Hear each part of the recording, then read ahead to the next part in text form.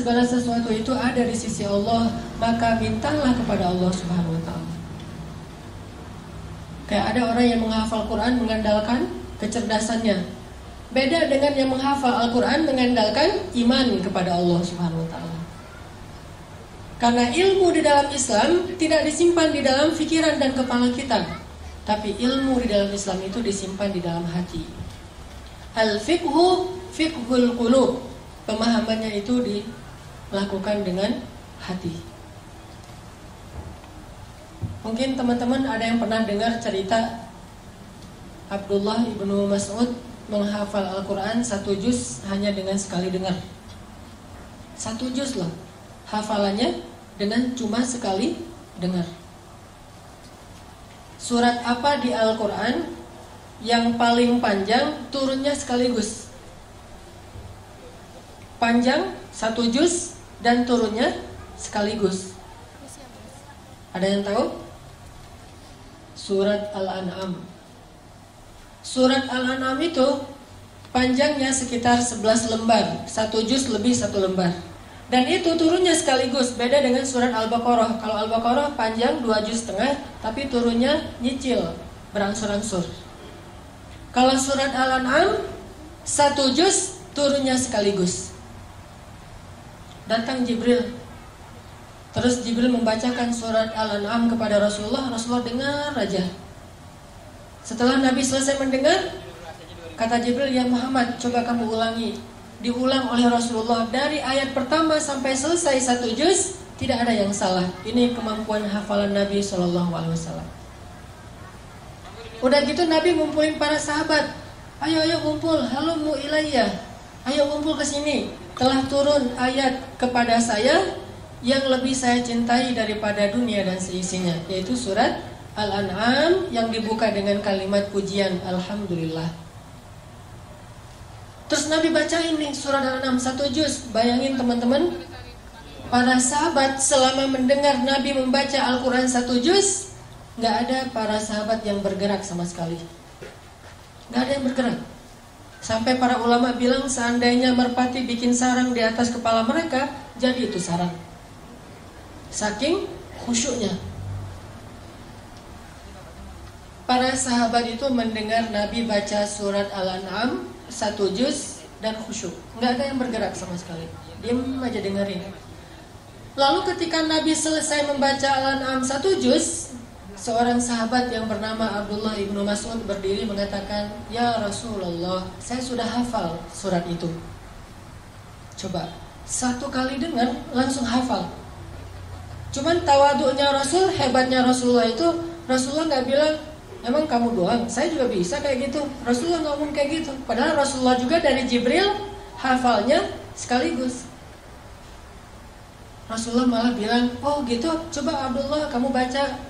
Lalu Abdullah pun mengulang surat Al-An'am dari ayat pertama sampai selesai 1 juz. Tidak ada 1 huruf pun yang keliru. Apa yang membuat Abdullah mudah dalam menghafal Quran?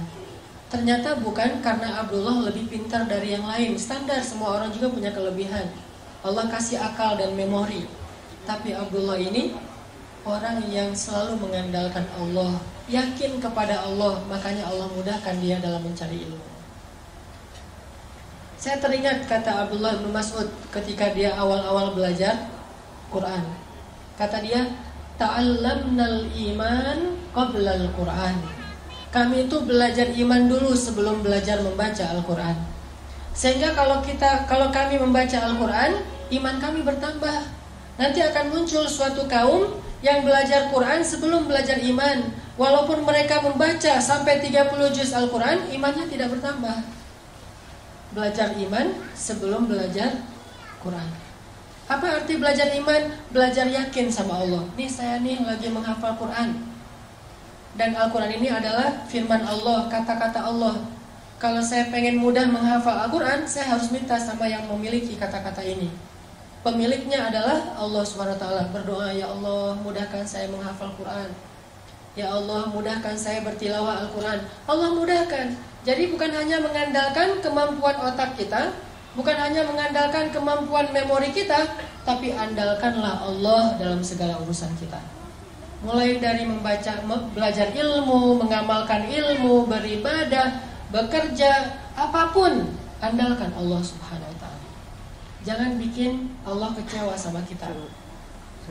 Jangan buat Allah ilfil sama kita. Kalau Allah udah berpaling dari kita, kalau Allah udah unfollow kita nih, itu udah bahaya. Jangan sampai Allah unfollow. Apa unfollow-nya kalau dalam bahasa Al-Quran? Baro'atun minallah. Allah udah gak mau terlibat lagi dalam urusan kita. Jadi orang kalau misalnya mengandalkan Allah, dia akan melihat banyak keajaiban teman-teman dalam hidupnya. Pasti teman-teman sebagiannya mungkin pernah dengar cerita ketika awal-awal dulu saya berangkat Mesir. Itu ngandelin Allah banget tuh. Pulang dari Mesir juga kayak gitu. Dan Allah itu emang suka ngasih kejutan. Yang namanya kejutan, kita gak boleh tahu duluan. Kalau tahu duluan namanya bukan kejutan. Ini gak jelas nanti kayak gimana jadinya. Masa saya harus memilih pilihan-pilihan yang belum pasti? Udah, kalau itu Allah ridho, berarti pasti. Kalau pilihan kita itu Allah seneng, berarti pasti. Pasti apa? Pasti ditolong. Pasti dikasih keajaiban. Pasti dikasih kebaikan, itu pasti. Asalkan pilihan kita itu pilihan yang diridhoi Allah. Makanya kalau memilih sesuatu itu, minta ke ustadz atau ke kiai, tanya dulu mana yang Allah suka di antara dua pilihan. Namanya istifta. Setelah istifta, kalau masih galau juga, misalnya ada 5 pilihan. 5 pilihan ini tanya ke kiai, Pak Yai, ini ada 5 pilihan dalam hidup saya. Kira-kira yang Allah ridhoi yang mana nih? Kata Pak Yai, 3 ini gak baik, tinggal 2 berarti yang Allah ridhoi. Masih galau kan? Baru istikharah. Jadi istifta, baru istikharah. Istifta itu apa? Minta pendapat ulama dulu, mana yang Allah ridhoi. Kalau yang Allah ridhoi itu masih ada 2, dua-duanya baik, baru istikharah, minta Allah yang memilihkan mana yang terbaik di antara yang baik. Libatkan Allah. Doa itu harus jadi kebiasaan kita. Ada apapun, doa. Mau garam, minta sama Allah. Garam aja minta kepada Allah. Sebutir beras, minta kepada Allah. Apapun minta kepada Allah. Karena Allah itu emang suka kalau kita meminta kepadanya. Kalau ada orang yang bilang malu banyak minta ke Allah, mending kita beramal aja, gak usah minta. Sesungguhnya para nabi itu suka meminta kepada Allah. Dan salah satu di antara nabi yang suka meminta kepada Allah itu namanya Ibrahim. Inna Ibrahim la'awwahun halim. Ibrahim itu awwahun. Awwah itu kata ulama tafsir, da'a. Da'a itu artinya suka meminta, suka berdoa. Masalah sepele, berdoa. Sehingga kalau kita sudah melibatkan Allah dalam hidup kita, Allah Subhanahu wa ta'ala itu punya banyak cara untuk menyelesaikan masalah kita. Kayak doa Ibrahim pas beliau dimasukkan ke dalam api. Itu kan masih ABG gitu kan, Ibrahim pas masuk ke dalam api. Kurang lebih usia 17 tahun. Masuk ke dalam api. Apa kata Ibrahim? Rabbi, Engkau adalah Tuhan satu-satunya di langit, dan aku adalah hamba satu-satunya di bumi yang menyembahmu. Rabbi, tolonglah aku. Aku tidak berharap kepada yang lain selain Engkau, kata Ibrahim.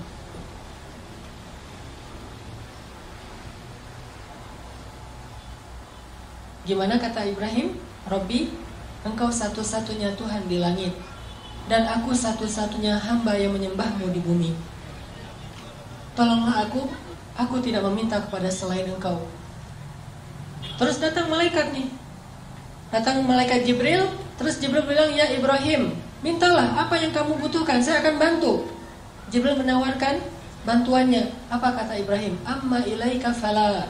Kalau kepada kamu, tidak. Saya tidak butuh bantuan siapapun selain bantuan pencipta alam semesta. Jadi kalau kita udah ngelibatin Allah utuh, Walaupun dalam hidup kita, teman-teman, boleh kita minta bantu ke manusia, tapi hati kita nggak boleh bergantung kepada manusia. Tangan kita boleh berjabat tangan dengan orang lain, bikin akad gitu. Saya terima nikahnya, akad jual beli gitu ya. Boleh kita berakad dengan manusia secara zahir, tangan kita doang nih yang boleh berakad dengan manusia, tapi hati kita nggak boleh berakad dengan manusia. Hati kita berakad dengan Allah. Hati kita yakinnya kepada Allah. Itu yang dikatakan oleh Ibrahim. Ketika Ibrahim di dalam api mau dibakar nih, Ibrahim mengatakan, Rabbi, Engkaulah Tuhan satu-satunya di langit, dan aku hamba satu-satunya di bumi yang menyembahmu pada hari ini. Tolonglah aku. Kemudian Allah berfirman, Ya nar, kuni bardan wa salaman ala Ibrahim. Wahai api, jadilah engkau sejuk dan menyelamatkan bagi Ibrahim alaihissalam. Ini kalau kita melibatkan Allah. Kalau ada yang bilang itu kan para nabi, ternyata cerita-cerita kayak gini bukan hanya terjadi kepada para nabi, terjadi kepada banyak orang soleh yang bahkan tidak disebut namanya. Terjadi kepada nabi, kepada ayah nabi, kepada ibu nabi, kepada anak nabi, kepada keturunan nabi, atau bahkan kepada pengikut nabi. Semua hamba Allah itu punya peluang yang sama untuk ditolong oleh Allah. Bukan hanya para nabi doang yang dapat pertolongan Allah. Semua ditolong oleh Allah. Atas nama hambanya pasti Allah menolong. Coba teman-teman perhatikan salah satu kisah di dalam Al-Quran. Kayak gimana Allah itu kalau nolong hambanya itu caranya agak-agak unik dan penuh dengan kejutan. Coba kita perhatiin di dalam surat Al-Qasas, surat 28. Ada punya aplikasi Quran? Coba buka surat Al-Qasas, surat 28 ayat 7. Surat Al-Qasas surat 28 ayat 7. Saya akan tilawah dulu ayat 7 sampai ayat 13. Surat Al-Qasas ayat 7 sampai ayat 13.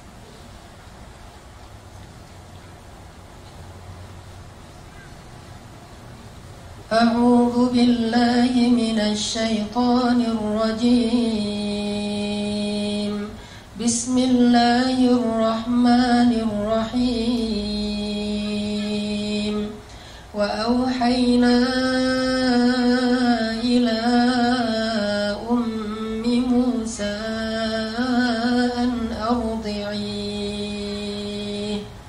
fa idza khifti 'alayhi fa'alqihi fil yammi wa la takhafi wa la tahzani inna radduhu ilayki wa ja'iluhu minal mursalin.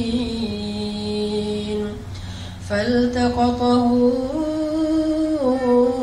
alu fir'auna liyakuna lahum aduwwan wa hazana inna fir'auna wa hamana wa junudahuma kanu خاطئين وقالت امرأة فرعون قرة عين لي ولك لا تقتلوه عسى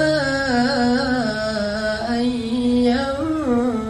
ينفعنا أو نتخذه ولدا وهم لا يشعرون وأصبح فؤاد أم موسى فارغا إن كادت لتبدي به لولا أن ربطنا على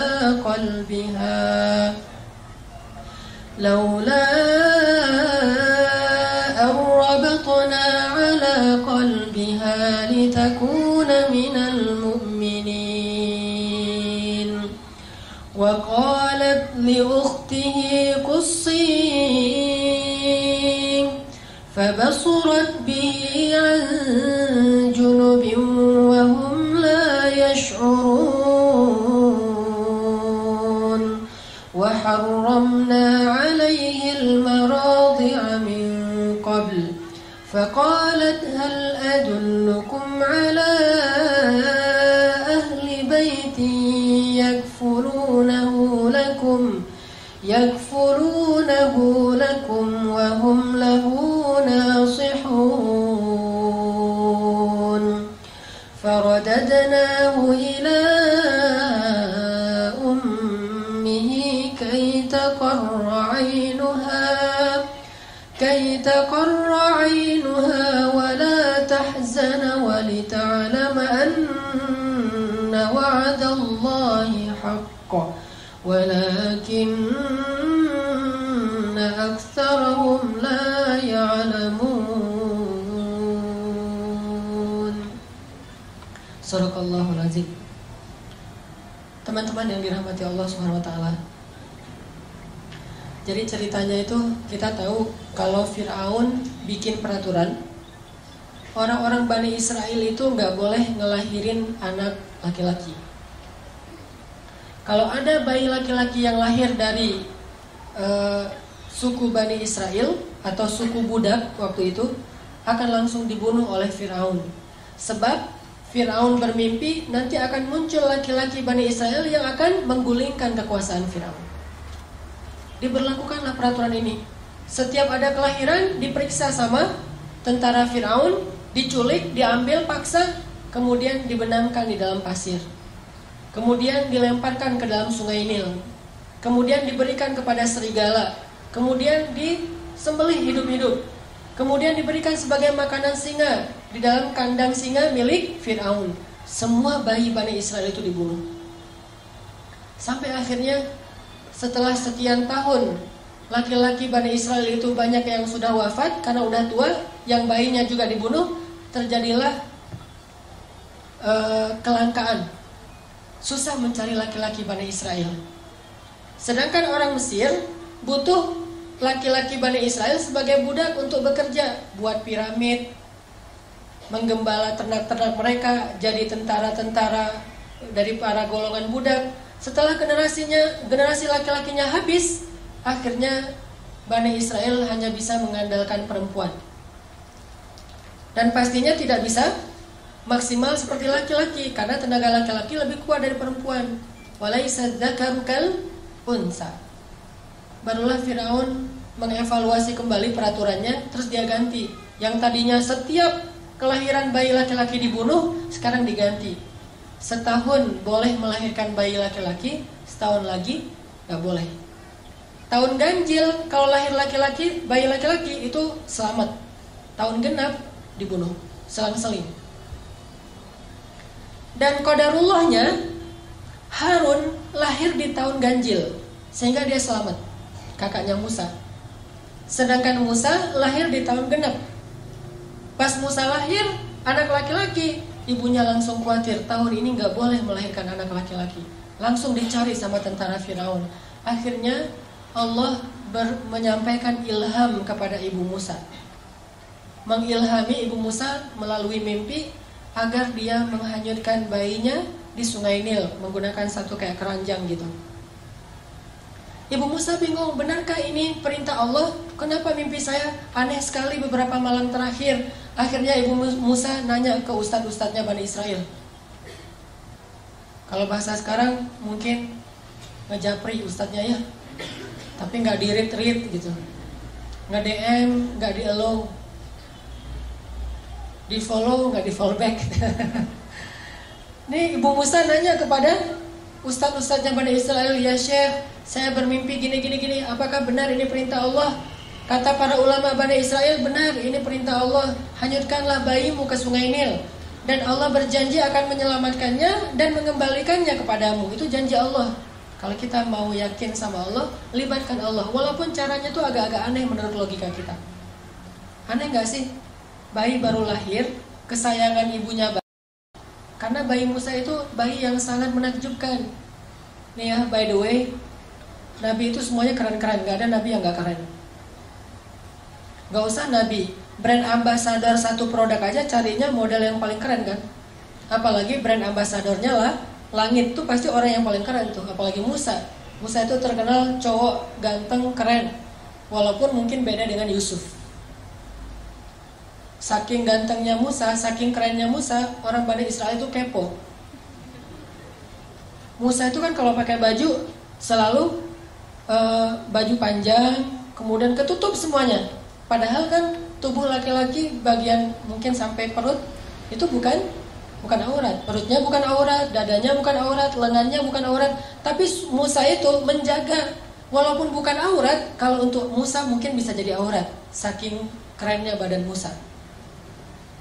Kalau saya mungkin pas lagi tawaf umrah kan suka pakai pakai ihram. Kadang-kadang kelihatan lengannya biasa aja. Tapi kalau kelihatan lengannya Musa, itu cewek-cewek, keren Musa, tubuhnya keren banget gitu. Sehingga Musa tuh kalau pakai baju selalu baju panjang.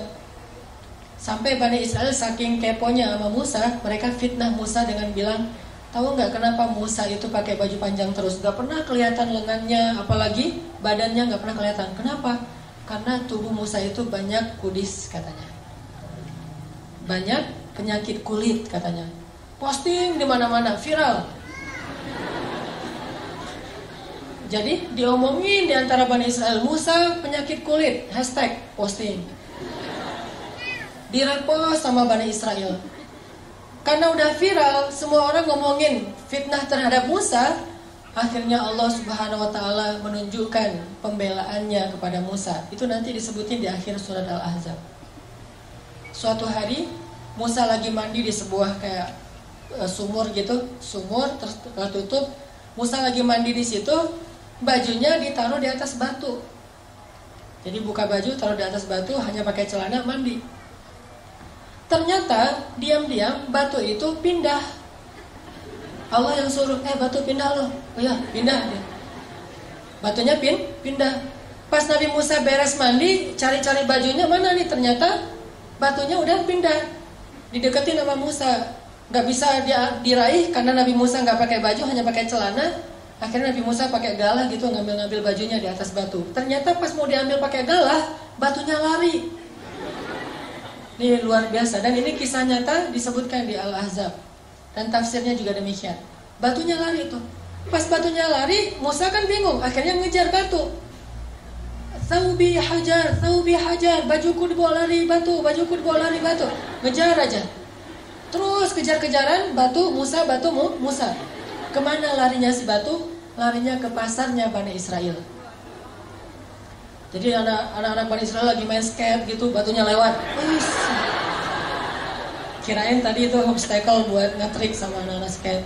Lagi pada main BMX ya, lagi bani ban gitu, lagi pengen nge-trick, lewat batu. Ada anak-anak Bani Israel lagi nongkrong gitu, lagi ngopi-ngopi, batu lewat, Musa lewat. Heran, semuanya ngelihat tubuh Musa yang gagah. Sengaja tuh Allah berfirman ke batu supaya larinya di antara orang ramai. Tempat mainnya anak muda, nanti di alun-alunnya Bani Israel. Pokoknya keliling aja, keliling kota. Jadi Musa jadi kayak Indorunners gitu, keliling sambil lari dengan tubuhnya yang keren. Sehingga Bani Israel semuanya, lo bawa HP nggak? Ambil kamera. Jadi trending topik, Musa ternyata tubuhnya keren banget. Baru berhenti di tengah pasarnya Bani Israel. Pas batu itu berhenti di tengah pasar Bani Israel, Musa datang langsung ngambil baju, pakai, dan Musa marah kepada batu itu. Dipukul oleh Musa dengan 3 pukulan, hancurlah batu itu. Musa itu terkenal nabi yang sangat kuat. Bayangin, saking kuatnya Musa, kakaknya aja Harun ditarik di janggutnya, dibanting. Musa, malaikat turun. Kan malaikat kalau ketemu nabi itu rata-rata menjelma sebagai laki-laki ya. Turun tiba-tiba ada laki-laki di sebelah Nabi Musa, ditonjok. Buta mata malaikat. Naik ke Allah, ya Allah mata saya, kenapa ditonjok Musa? Sembuh, turun lagi, ya Musa saya malaikat. Oh kirain tadi begal gitu mau. Musa itu terkenal nabi yang sangat kuat. Dan ketika Musa masih bayi, namanya bayi nabi tuh, jangankan bayi nabi, bayi orang biasa aja kan lucu gitu. Semua orang sayang kepada dia. Allah kasih rasa kasih sayang kepada seorang bayi, apalagi bayi nabi. Dan nabinya Musa pula yang memang luar biasa fisiknya. Sehingga ibunya gak tega mau menghanyutkan bayinya. Tapi ini perintah Allah. Dan yakinlah sama Allah, Allah pasti akan ngembaliin bayimu, gak akan celaka. Ini ujian buat keluarga Musa. Ibu Musa itu ibu yang sangat beruntung, punya 2 anak laki-laki, dua-duanya nabi, Harun dan Musa. Kalau yang lain tidak ada ibu yang punya 2 anak laki-laki, dua-duanya nabi. Yang ada ayah kayak Ibrahim, Ishak dan Ismail. Akhirnya setelah meyakinkan istisyarah, minta pendapat ulama, minta pendapat keluarga, minta pendapat suami, mantap nih hati ibu Musa. Ya udah deh, kalau emang ini cara satu-satunya untuk nyelamatin bayi saya dan ini perintah Allah, saya lakukan karena Allah. Dihanyutkan ke Sungai Nil. Pakai keranjang gitu ditutup. Terus pas udah hanyut, ibu Musa nggak tega. Aduh bayi saya, tapi bawa kemana ini sama arus air? Bisa ke Sudan kan? Nil tuh membelah 2 negara, Mesir dan Sudan.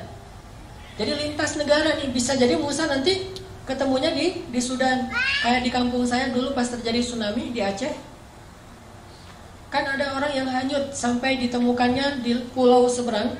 Terus ketemu lagi sama keluarganya setelah 10 tahun. Baru ketemu 2014. Jadi 2004 terjadi tsunami, 2014 baru ketemu keluarganya karena dia udah sekolah, kalau nggak salah udah kuliah gitu. Udah kuliah ke daerah Aceh Selatan. Ketemu sama keluarganya 10 tahun loh. Tak kuliah, tak SMA gitu pokoknya. Musa bisa aja hanyutnya sampai ke Sudan. Akhirnya ibunya bilang ke mbaknya Musa, Mbak, kusih itu artinya cari tahu gimana kabar adikmu. Akhirnya mbaknya Musa menyusuri Sungai Nil. Dan perhatikan teman-teman, Allah punya rencana dan rencana Allah itu sebaik-baik rencana. Musa itu kan dihanyutkan ke Sungai Nil menghindari Firaun kan? Tapi malah ini tabut atau keranjangnya Musa hanyutnya masuk ke sebuah selokan yang mengarahkan dia ke istananya Firaun. Jadi masuk ke sebuah selokan air yang air itu nanti ujung-ujungnya ada di istana Firaun. Dihindarkan dari Firaun, malah didatangkan kepada Firaun oleh Allah. Allah punya rencana. Masuk ke selokan itu, hanyut sampai ke pemandian keluarga Firaun. Ditemukan sama dayang-dayangnya Firaun. Pas dibuka, bayi kecil yang luar biasa dikasih kepada istri Firaun. Lalu ketika diberikan kepada istri Firaun langsung jatuh hati kepada bayi Musa. Dan qadarullah, waktu itu istri Firaun belum punya anak, sehingga dia pengen banget punya anak laki-laki. Dipanggil sama istri Firaun ke suaminya, Fir, aku dapat bayi loh gitu. Kan manggilnya Fir, sini loh, aku lagi dapat bayi nih. Bayi yang mana? Pas dilihat sama Firaun itu walaupun dia zalim, jahat, dia itu pintar. Namanya juga keturunan raja, kan Firaun itu julukan raja-raja Mesir. Kalau raja Yaman julukannya Dzu, kayak Dzun Nuwas, Dzulqarnain. Jadi Dzu itu Yaman. Kalau kayak di Mesir itu Firaun. Nah, Firaun ini karena keturunan raja, bukan orang bodoh, dia tahu ini bayi Bani Israel yang dibuang karena takut dibunuh. Akhirnya Firaun mengatakan, ini pasti bayi Bani Israel akan saya bunuh. Kata istrinya, Fir, kan kita nggak punya anak udah berapa tahun. Saya pengen banget punya anak. Kalau kamu mau bunuh dia jangan sekarang deh. Kasih saya waktu untuk bisa bersenang-senang dulu dengan dia. Qurratu ainin li walak. Mudah-mudahan anak ini bisa menjadi kesenangan buat saya dan buat kamu. Kata Firaun, laki la liya. Untuk kamu ya, untuk saya enggak. Ya udah kamu simpan aja sesuka kamu. Kalau udah bosan kasih ya, biar gua bunuh. Gitu. Kata Firaun. Disimpan dipelihara oleh istrinya Firaun. Pas dipelihara, ternyata hari pertama itu haus, nangis. Bayi Musa nangis dan istri Firaun. Ada yang bilang ini Asia, ada yang bilang bukan. Sebutlah misalnya Asia. Asia nggak punya ASI, akhirnya Asia pun membuat sebuah audisi menyusui di Mesir. Bikin spanduk segala macam iklan di TV, audisi ibu menyusui. Siapa yang bisa menyusui anak istana, anak raja, maka dia akan diberikan kekayaan yang sangat banyak dan akan diangkat sebagai salah satu keluarga angkat raja. Wah, ibu-ibu pada ngantri pengen ikut audisi. Ngantri lama. Ada ratusan orang yang pengen ikut audisi. Satu demi satu datang untuk menyusui Musa. Musa tidak mau. Semuanya pada menyusui. Enggak. Kalau sekarang mungkin gimana? Kalau aku sih yes, nggak tahu mas, anak gitu ya. Nah, ini artinya Musa nolak semuanya. Sampai akhirnya udah semuanya beres, yang mau menyusui nggak ada yang bisa.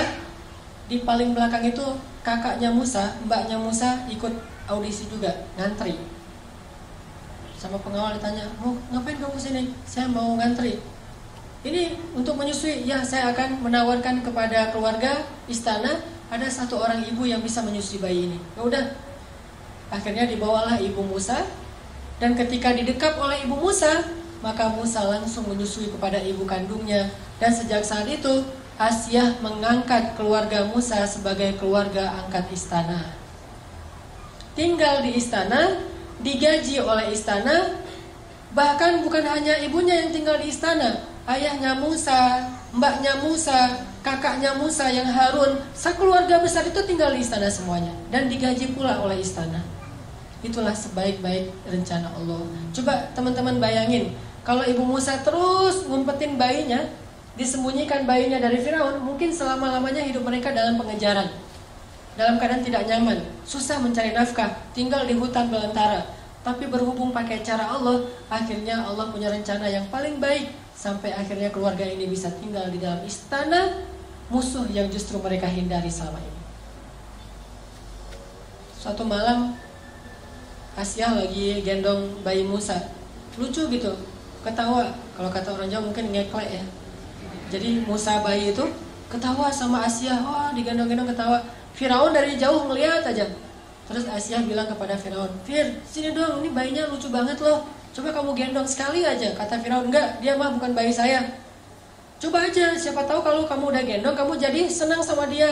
Karena dipaksa-paksa sama Asyah, udah diambil sama Firaun. Pas digendong, Musa yang tadi ketawa-ketawa tiba-tiba langsung cemberut melihat Firaun. Pas lihat Firaun, Musa langsung berubah wajahnya, yang tadi senang sekarang marah. Firaun heran, tanya Asyah, ini kenapa nih bayi ini pas ngelihat saya jadi marah kayak gini? Emang ada masalah apa dia sama saya?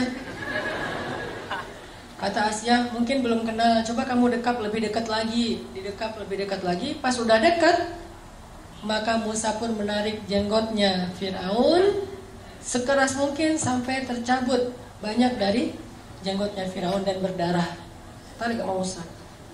Wah, Musa bayi itu ngelawan Firaun, jenggotnya ditarik. Gimana kalau udah dewasa?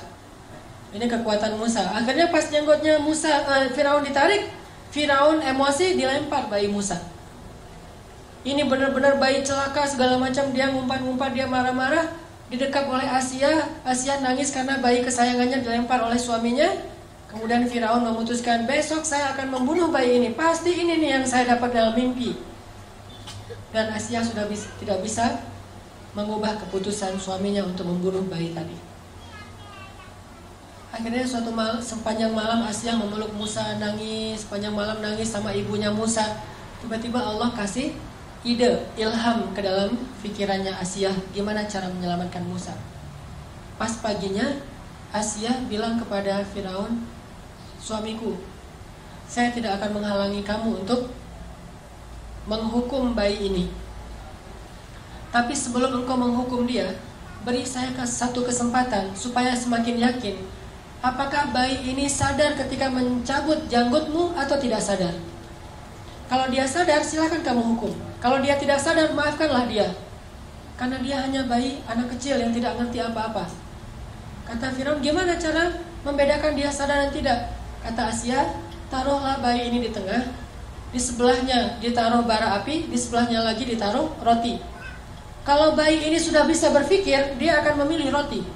Tapi kalau bayi ini namanya juga anak kecil nggak ngerti, dia mungkin akan memilih bara api. Kalau dia memilih roti, maka hukumlah dia. Tapi kalau dia memilih bara api, maafkanlah dia. Ditaruh Musa di tengah. Oh, logis juga nih kata Firaun. Ya udah dicoba aja deh. Pasti dia akan milih roti. Masa api panasnya juga udah menjauh kan? Dia pasti akan ngambil roti atau kayak permen gitu. Ditaruh Musa di tengah, di sini bara api, di sini makanan. Ternyata Musa bangun dari duduknya, mengambil bara api, dimakan oleh Musa, dan kemudian Musa kesakitan dan menangis. Sejak saat itulah lidah Musa menjadi luka dan menjadi agak cacat. Baru sembuh nanti ketika ketemu lagi Firaun itu berdakwah. Di situ ada doa, Rabbi shrah li sadri wa yassir li amri wahlul 'uqdatan min lisani yafqahu qawli. Mudahkanlah lisan saya berucap ya Allah supaya dia paham. Gara-gara apa lisan Nabi Musa itu bermasalah? Gara-gara makan bara api. Pas makan bara api langsung dia muntahin lagi. Dia nangis-nangis karena kesakitan. Dipeluk oleh Asia, diberi obat. Dan ketika itu Asia mengatakan, tuh lihat bayi ini gak ngerti apa-apa. Masa kalau dia ngerti dia mau makan bara api, maafkanlah dia wahai suamiku. Akhirnya Firaun mengatakan, ya udah berarti dia emang bayi yang gak ngerti apa-apa, dimaafin. Selamat Musa. Lihat cara Allah menjaga hambanya. Allah itu punya banyak rencana. Allah itu maha kuasa. Jadi kalau kita ngandelin Allah, selalu ada jalan keluar. Sesulit apapun kondisi kita, kalau kita ngandelin Allah, selalu ada jalan keluar. Hanya kadang-kadang kita nggak sabar menunggu datangnya jalan keluar itu. Padahal jalan keluar Allah itu Allah datangkan melalui jalan kesabaran. Jadi kalau kita pengen dapat pertolongan Allah, jalannya itu adalah sabar. Tunggu sampai datangnya pertolongan Allah. Karena menunggu datangnya pertolongan Allah itu ibadah. Kayak orang sakit, menunggu sembuh itu ibadah. Orang yang miskin menunggu dapat rezeki sambil berikhtiar itu ibadah. Jomblo menunggu ada yang datang, terutama yang perempuan nih, nunggu ada yang datang ke rumahnya ngetuk pintu dan melamar dia, itu adalah ibadah. Tapi pengennya sih ibadahnya jangan lama-lama ya, cepat ada yang datang gitu. Karena pengen beribadah yang lain, bukan hanya ibadah menunggu, tapi ibadah mencintai, ibadah suami istri. Artinya libatkan Allah dalam hidup kita, libatkan Allah dalam masalah kita, libatkan Allah dalam segala urusan kita. Tidak ada yang kecewa ketika melibatkan Allah dalam urusannya. Saya teringat kisah seorang ibu di Mesir. Ini kisah nyata dan terjadi sekitar 20 tahun yang lalu lah di Mesir. Jadi ada seorang ibu janda dengan satu anak bayi dan tidak ditinggali apa-apa oleh suaminya. Suaminya meninggal dalam keadaan miskin. Dan ibu ini juga keluarga besarnya orang miskin semuanya. Tidak ada yang mampu. Akhirnya setelah dia menjadi janda, dia kerjanya ganti-ganti. Kadang jadi pembantu di rumah orang, kadang di pasar, segala macam. Pokoknya gak punya pekerjaan tetap untuk bisa menafkahi bayinya. Baru sekitar sebulan ditinggalkan suaminya, bayinya sakit keras, panas tinggi, panas luar biasa. Terus panas tinggi mau dibawa ke rumah sakit, gak punya biaya, beli obat aja gak ada duit, makan aja belum hari itu. Hanya dikasih minum air putih, dikompres, kasih minum air putih, dikompres, sambil menangis. Bayinya terus menangis panjang hari. Sampai malam hari bayinya berhenti menangis karena sudah lelah. Capek seharian nangis, akhirnya ketiduran. Bayinya tidur. Ketika bayinya tidur jam 12 malam, ibu ini dalam keadaan bingung. Beliau kemudian berwudu, kemudian sholat 2 rakaat. Setelah selesai sholat 2 rakaat, ibu ini berdoa kepada Allah, Robbi, saya ini adalah perempuan yang tidak punya wali, tidak punya suami, tidak ada yang menafkahi saya. Sedangkan saya punya seorang anak dan dia sekarang sakit. Suami saya baru meninggal. Dia curhat sama Allah. Jadi kalau kita doa sama Allah tuh curhat dulu, jangan to the point. Ya Allah minta ini, minta itu. Curhat dulu kayak Nabi Zakaria. Kayak gimana doa Nabi Zakaria? Rabbi inni wahanal 'azmu minni washta'ala ar-ra'su shayba walam akum bidu'aika rabbi syaqiyya. Rabbi, tulang saya sudah lemah, rambut saya sudah putih. Curhat dulu masalah kita apa. Dia curhat kepada Allah tentang masalahnya. Dia gak punya uang untuk beli obat, gak punya nafkah, bahkan hari ini makan juga belum. Terus dia bilang di akhir doanya, Rabbi, aku pasrahkan hidupku ini kepadamu. Aku serahkan urusan masalahku ini kepadamu. Berilah jalan keluar kepadaku dan anakku, wahai Allah. Dia berdoa kepada Allah, minta diberikan jalan keluar. Akhirnya pas habis berdoa, tiba-tiba ada orang yang ketuk pintu rumahnya. Assalamualaikum. Dibukain pintu seorang laki-laki. Assalamualaikum, mana anakmu yang sakit? Saya seorang dokter, mana anakmu yang sakit? Akhirnya ibu ini heran, dokter datang ke rumahnya sendiri padahal dia nggak manggil. Ditunjukin, dokter ini meriksa bayi itu, diperiksa sama dokternya. Setelah diperiksa, dibuatin resep obat. Terus dokternya bilang kepada ibu, nih resep obatnya, silakan dibeli obatnya di apotek segera. Ini kasihan anaknya udah terlalu panas dan harus segera diberikan obat. Terus saya mau pulang, silakan diselesaikan administrasi, minta bayar. Ibu ini bingung pas dokternya minta bayaran. Kata ibu ini, dokter, saya nggak punya uang. Terus dokternya bilang, terus kalau ibu nggak punya uang, ngapain ibu telepon saya? Tengah malam, jam 1 malam nelfon saya. Kata ibu ini, saya tidak telepon dokter. Terus dokternya keluarin kertas alamat. Ini benar nggak nih alamat rumah ini? Tadi yang nelfon soalnya nyebutin alamatnya ini nih. Kata ibu, benar ini alamat rumah saya. Terus mana laki-laki yang tadi nelfon? Kata ibu ini, saya nggak punya suami, nggak ada laki-laki di rumah. Ini telepon aja ibu, nggak ada di rumah. Handphone atau telepon rumah nggak ada. Baru dokter ini curiga. Terus siapa yang tadi menelpon dokter tengah malam jam 1? Sekitar 15 tahun yang lalu lah terjadi di Mesir. Dokter ini duduk, nanya kepada ibu, ibu sebetulnya apa yang terjadi? Apa yang terjadi tadi jam 1 malam? Ibu ini cerita kondisinya, masalah anaknya. Terus dia cerita jam 1 malam tadi dia baru telepon Allah. Dia sholat 2 rakaat, dia berdoa kepada Allah. Entah gimana ceritanya, entah malaikat, entah manusia, pokoknya Allah alam, Allah yang mendatangkan dokter itu ke rumahnya. Mendengar cerita ini, dokternya merinding, terharu. Akhirnya datang lagi periksa lebih serius lagi bayinya. Terus keluar cari obat sendiri dokternya ke apotek. Datang lagi kasih obat, kemudian ngasih lagi hadiah untuk keluarga ini untuk 1 bulan. Dan sejak saat itu dokter ini suka memberikan nafkah rutin kepada keluarga ini setiap bulan. Dan kadang-kadang dipanggil ke rumah untuk bantu-bantu di rumahnya. Artinya Allah punya banyak cara untuk membantu hambanya. Panggil aja Allah SWT. Ada apa-apa, telepon Allah. Dan telepon Allah itu paling enak tuh, gak pernah di-reject. Nelfon manusia, di-reject tuh. Nelfon, kan suka ada tulisan saya lagi meeting, lagi nyetir, kan ya? Atau lagi galau gitu kan, bisa juga custom, bisa tulis sendiri lagi galau. Itu kalau nelfon manusia. Kalau nelfon Allah, nggak pernah Allah nge-reject telepon hambanya. Ujibu da'watad da'i idza da'an. Saya pasti akan ngangkat telepon orang yang nelfon saya. Kalau kita analogikan dengan telepon, pasti Allah angkat. Sesibuk apapun Allah, kulla yaumin huwa fi sya'n. Setiap hari itu emang Allah sibuk, tapi Allah nggak pernah disibukkan. Sibuk ya, tapi disibukkan nggak. Allah punya banyak urusan ya, tetapi tidak pernah kewalahan. Telepon Allah. Dan telepon Allah itu nggak perlu hafal nomornya. Aduh, nomor telepon Allah berapa ya? Belum di save misalnya. Nggak perlu, tinggal bilang Allah, langsung ke connect ke langit. Nomor telepon Allah itu cuma bilang Allah aja. Robbi, ilahi, bebas, nomornya banyak. Dan semuanya aktif, nggak ada nomor itu sudah tidak aktif. Sudah apa misalnya? Nggak ada. Allah pasti mengangkat telepon kita. Dan menelpon Allah itu nggak ngabis-ngabisin kuota,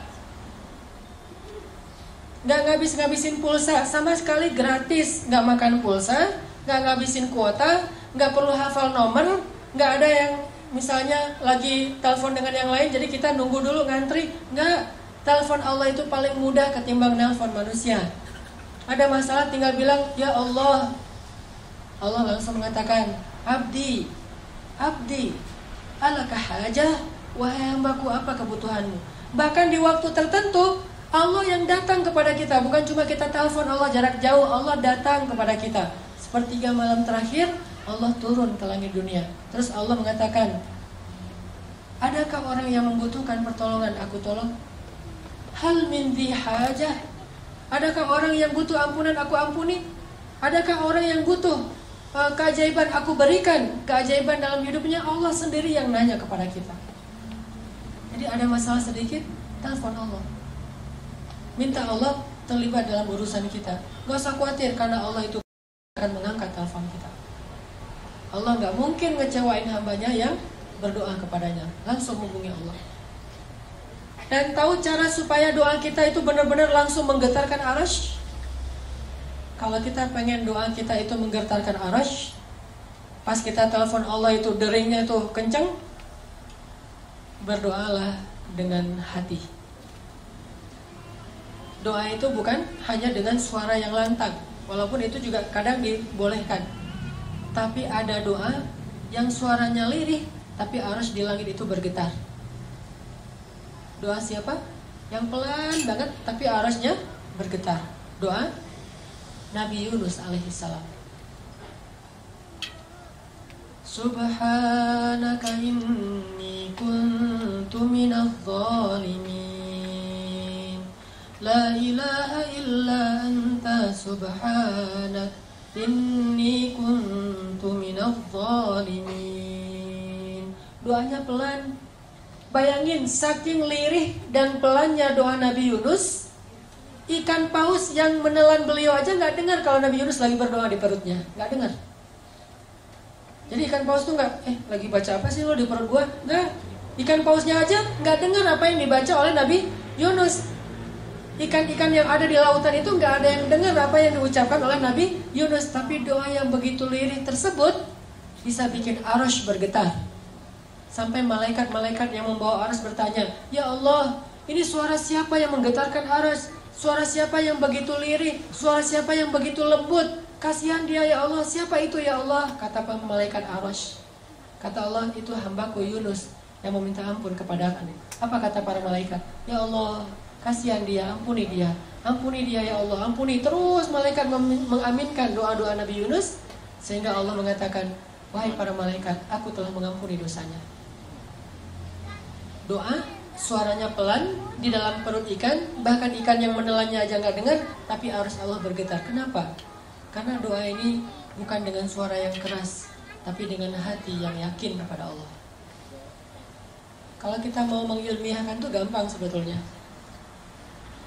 Saya pernah nonton di Nat Geo yang animal. Itu hewan, terutama dalam waktu tayangan itu lagi ngomongin tentang gajah. Gajah itu, teman-teman, kalau manggil temennya yang jauh, itu manggilnya pakai suara frekuensi rendah namanya. Suara frekuensi rendah. Apa arti suara frekuensi rendah? Orang nggak bisa dengar suara itu. Walaupun orangnya ada di sebelah gajah, tapi nggak bisa dengar. Sedangkan temannya yang jarak 10 kilo itu bisa dengar. Itu ilmiah banget. Dan itu terjadi dalam kehidupan kita. Gajah tuh kalau lagi manggil temennya itu nggak ada suara. Kalau dia bersuara kencang itu bukan lagi manggil yang jauh, lagi manggil yang dekat, lagi guyon gitu.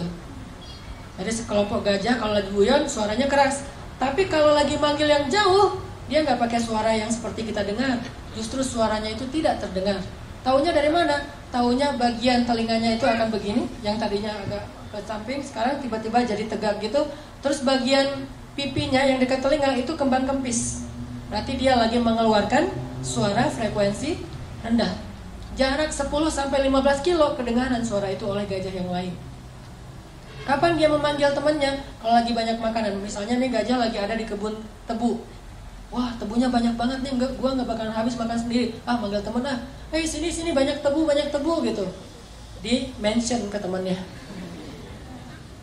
Pas teman-temannya mendengar ada banyak tebu, terus di mana?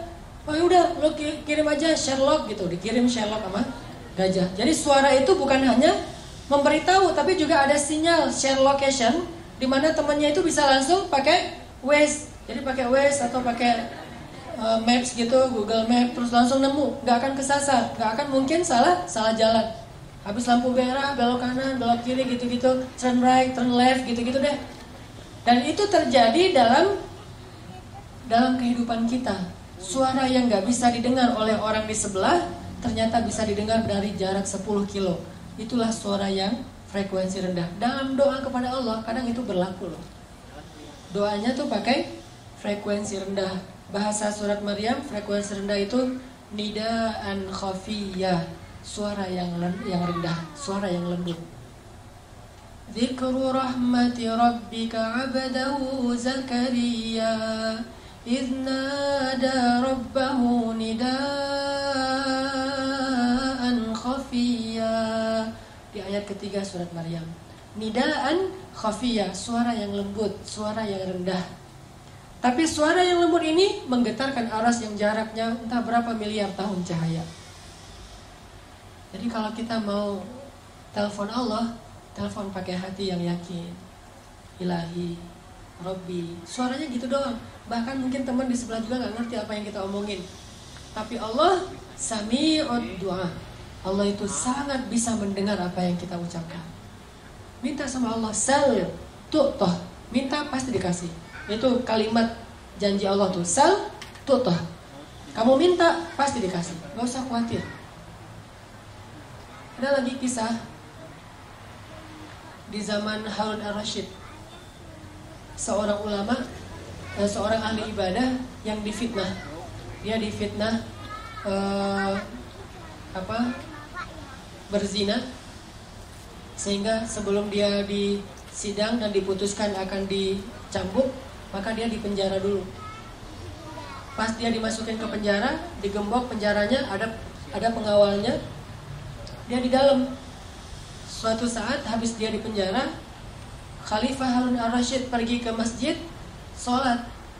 Pas sampai di masjid, Harun ar-Rasyid melihat orang yang tadi di penjara itu sudah ada di dalam masjid, lagi sholat sunnah. Harun ar-Rasyid bingung nih, kayak mirip tadi, kayak pernah ketemu orang ini di mana ya?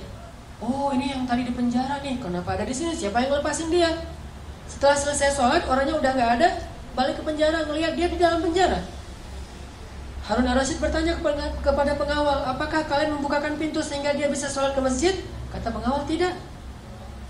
Dan dari tadi juga dia di dalam. Harun ar-Rasyid bingung. Besok ke masjid lagi, dia ada di masjid juga. Balik ke penjara, dia di dalam penjara. Ini orang bisa hilang gitu.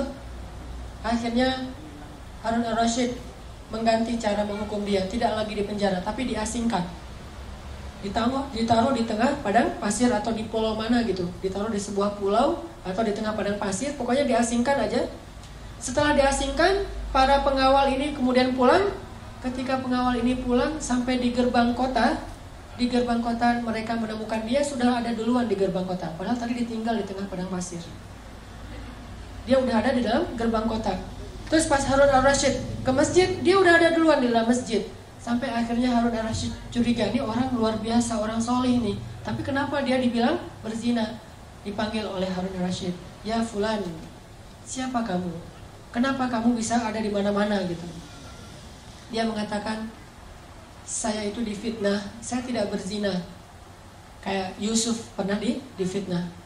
Dan ketika Tuhan memenjarakan saya, berarti Tuhan telah menjauhkan saya dari rumah Allah Subhanahu wa Ta'ala.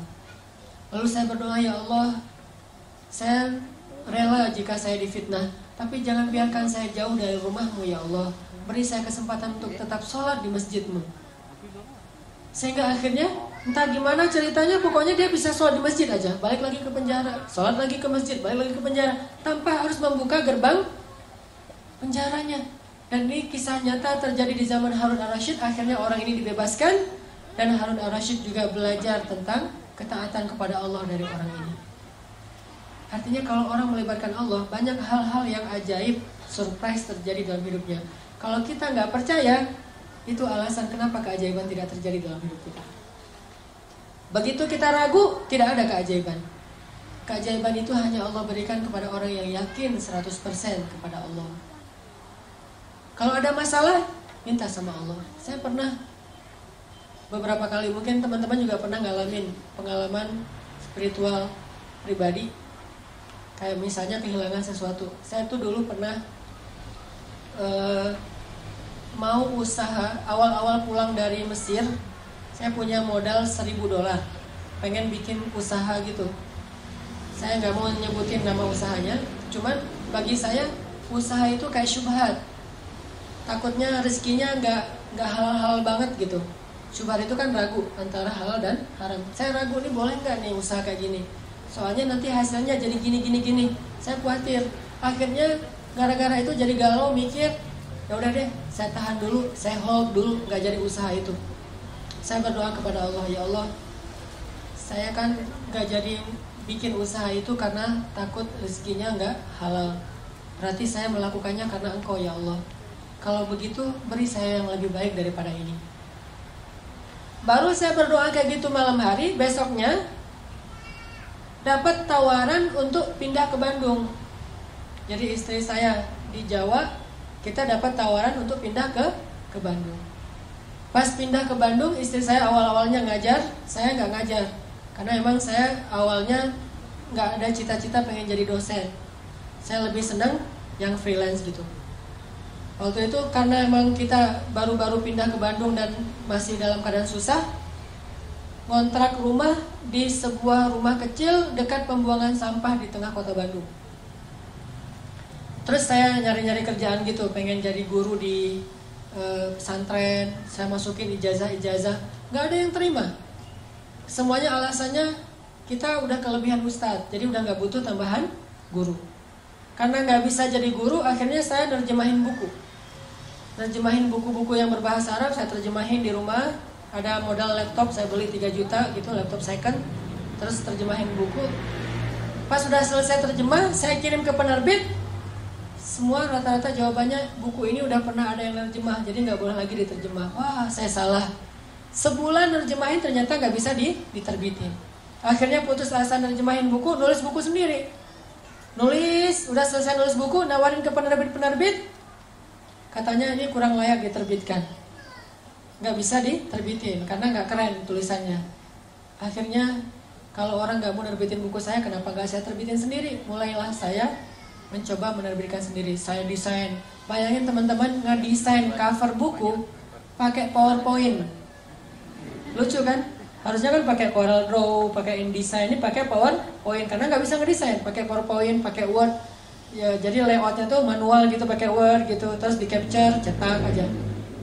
Cetak 1000 buku. Udah selesai dicetak, penerbitnya nama sendiri, penulisnya sama, penerbit sama aja tuh, sama sendiri. Dicetak, udah gitu nggak tahu jualan kemana. Saya kirim ke Sumatera ke teman-teman anak-anak Kairo yang udah pulang, kirim ke lewat bus-bus malam gitu, biar lebih murah. Pakai kotak Marlboro, saya angkat tuh di jalan raya tuh. Penulis buku mengangkat kardus bukunya sendiri, jadi kuli gitu. Kirim terus, udah selesai dikirim, ada yang balik, ada yang nggak balik misalnya. Terus ada book fair, Islamic book fair di Bandung. Saya coba pinjam stand salah satu penerbit Islam yang ada di Bandung. Boleh nggak saya pakai standnya sedikit aja, satu space kecil buat buku-buku saya, nanti bagi hasil. Oh boleh. Udah, saya bawa buku saya pakai baju kaos gitu, saya taruh buku di situ. Cover bukunya wajah saya pun paling gede. Kan lagi pencitraan ya, wajahnya paling gede. Bikin X bannernya juga wajah saya doang tuh, tulisannya dikit.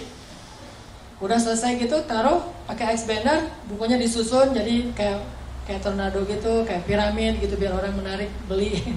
Terus naik motor kan, ganti baju dulu. Tadi kan baju kuli, sekarang baju penulis. Baju penulis, ganti baju pakai baju putih gitu. Terus pakai pulpennya juga masih pilot, taruh sini. Berdiri di sebelah stand saya, orang-orang nanya ini buku apa? Buku tentang tadabbur Al-Quran. Penulisnya siapa? Itu penulisnya. Oh, minta tangan. Mulai dari situ usaha buku. Dari usaha buku ganti lagi ke usaha jual beli pulsa. Waktu itu di Bandung ada 60 cabang pulsa di Bandung selama 1 tahun. Terus nambah lagi ke usaha jual beli mobil second. Nambah lagi ke properti walaupun kecil-kecilan. Terus berkembang. Baru akhirnya saya sadar ternyata benar ya. Kalau kita meninggalkan sesuatu karena Allah kasih yang lebih baik daripada apa yang sudah kita tinggalkan. Libatkan Allah. Mengambil sesuatu karena Allah, meninggalkan sesuatu karena Allah. Libatin aja Allah dalam segala urusan kita. Pasti mudah urusan kita. Awal-awal saya di Bandung itu, ketika awal-awal merintis, anak saya lahir, saya jadi bidan. Anak saya lahir tuh, mau dibawa ke bidan, udah telat, udah keburu lahir. Ya udah, saya jadi bidan aja. Udah, tutup semuanya. Bernafas, wah langsung jadi bidan. Saya tarik anaknya, pas udah selesai keluar, baru bingung nih gimana mutusin plasenta. Karena nggak tahu cara mutusin plasenta, baru nelpon ambulan, dibawa sama ambulan. Kenapa kok gitu-gitu amat? Tapi saya bersyukur, alhamdulillah jadi lumayan ngirit lah biaya ngelahirin, karena bidannya nggak perlu dibayar. Segitunya, artinya kalau misalnya kita benar-benar melibatkan Allah itu, Allah emang suka ngasih kejutan-kejutan.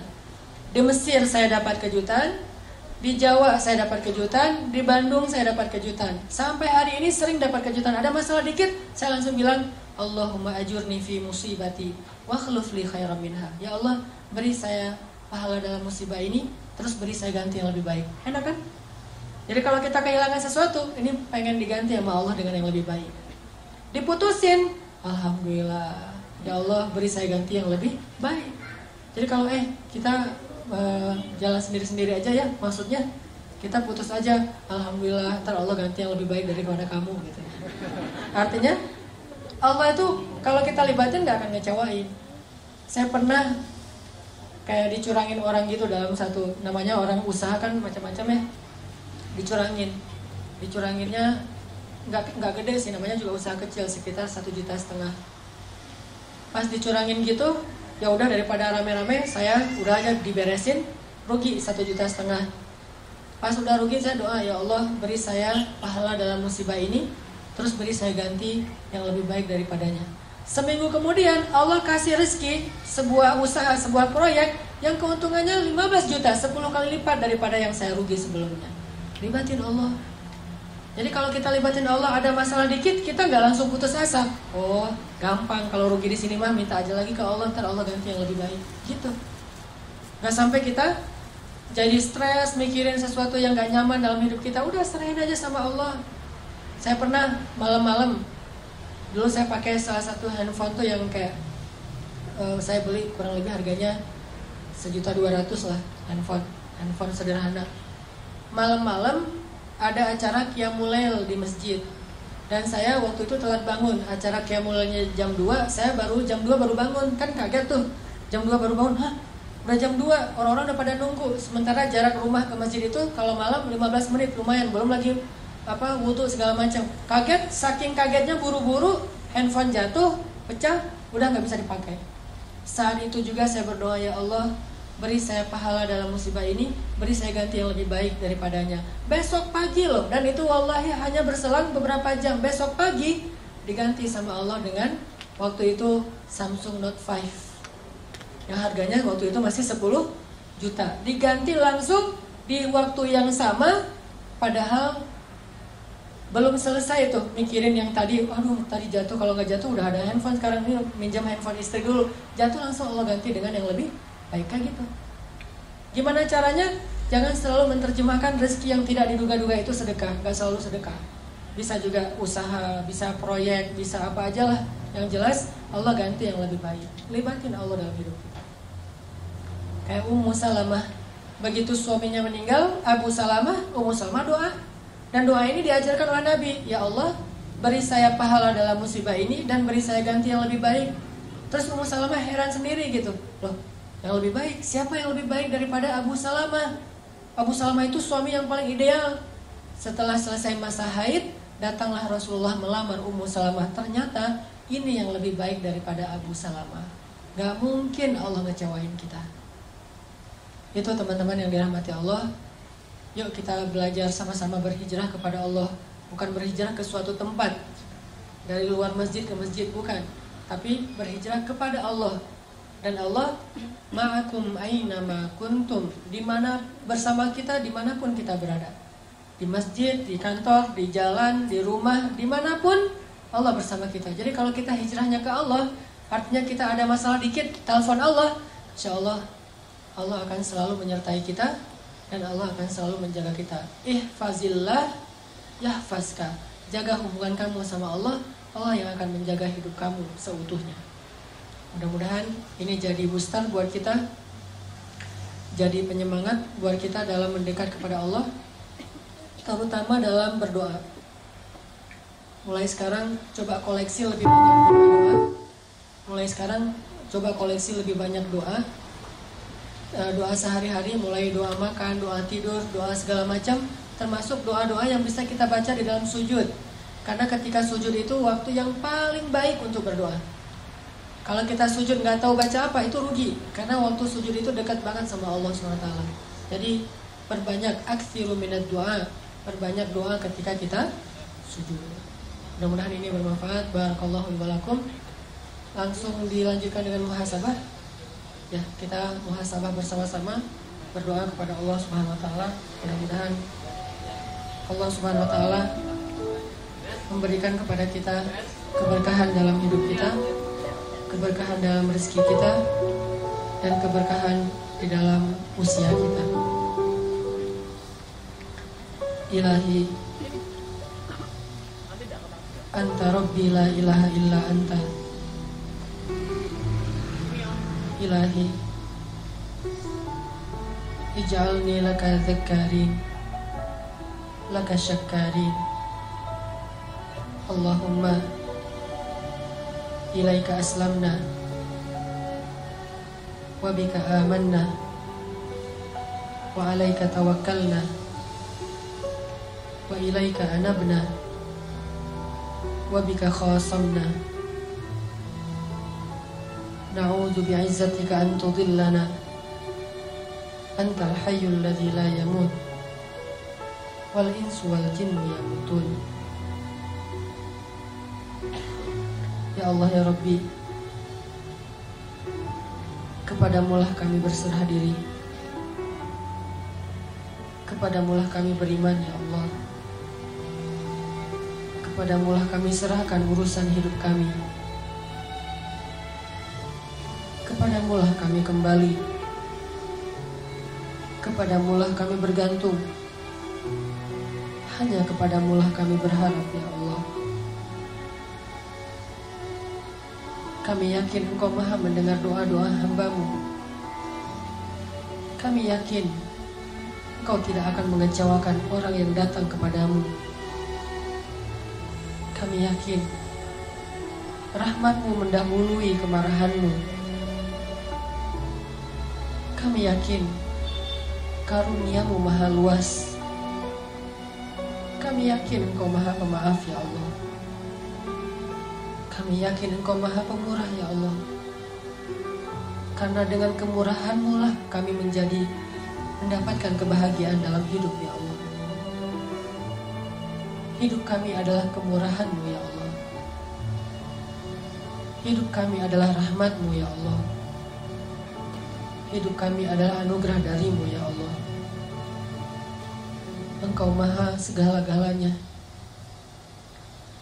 Semua kebaikan ada di tangan-Mu ya Allah. Semua kebaikan ada di dalam genggaman-Mu ya Allah. Ilahana, hari ini kami berkumpul, bersimpuh di sini. Kami memohon ampunan dari-Mu ya Allah. Tidaklah kami melangkahkan kaki kami dari rumah kami ke sini kecuali karena kami mengharapkan ridha-Mu ya Allah. Tidaklah kami melangkahkan kaki kami ke sini kecuali karena mengharapkan ampunan-Mu ya Allah. Tidaklah kami melangkahkan kaki ke sini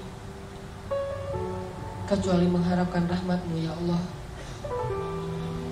Ampunkanlah dosa-dosa kami ya Allah. Rahmati kami ya Allah. Lindungi kami dari godaan syaitan dan hawa nafsu ya Allah. Janganlah Engkau biarkan kami kembali terjatuh di lubang yang sama ya Allah. Jangan Engkau biarkan hati kami condong kembali kepada dosa-dosa setelah Engkau beri petunjuk ya Allah. Janganlah Engkau biarkan kami kembali kepada masa lalu saat kami masih jauh dari-Mu ya Allah. Bantu kami dalam proses hijrah kami ya Allah. Bantu kami dalam perjalanan hijrah kami ya Allah. Bimbing kami ya Allah. Kuatkanlah hati dan azam kami ya Allah. Istiqomahkanlah amal kami ya Allah. Ilahana, kami memohon kepadamu ridha-Mu ya Allah, dan juga surga-Mu. Kami juga berlindung kepadamu dari kemarahan-Mu dan neraka-Mu ya Allah. Ridhoilah kami ya Allah. Golongkanlah kami termasuk ahli surga-Mu ya Allah. Jangan Engkau murka kepada kami karena dosa-dosa kami ya Allah. dan jangan pula Engkau masukkan kami ke dalam neraka-Mu ya Allah. Ilaha, ajarkan kami untuk terus beriman kepadamu. Ajarkan kami untuk terus mengerti mana yang halal dan haram dalam agamamu. Ajarkan kami cara mendekat kepadamu ya Allah. Ajarkan kepada kami ilmu yang Engkau ajarkan kepada orang-orang soleh di antara kekasih-Mu. Ilahana, beri kami ilmu yang bermanfaat. Beri kami hati yang khusyuk. Beri kami mata yang mampu menangis karena takut kepadamu. Beri kami lisan yang mampu bertutur kata dengan zikrullah, zikir kepadamu. Beri kami telinga yang senang mendengar ayat-ayat-Mu. Beri kami hati yang selalu yakin kepadamu. Tambahkanlah iman kami ya Allah. Tambahkanlah iman di dalam hati kami ya Allah. Setiap harinya, setiap kali kami duduk di dalam majelis ilmu agamamu ya Allah. Rabbana atina fid dunya hasanah wa fil akhirati hasanah wa qina adzabannar. Subhanakallahumma wa bihamdika asyhadu an la ilaha illa anta astaghfiruka wa atubu ilaik. Assalamualaikum warahmatullahi wabarakatuh. Allah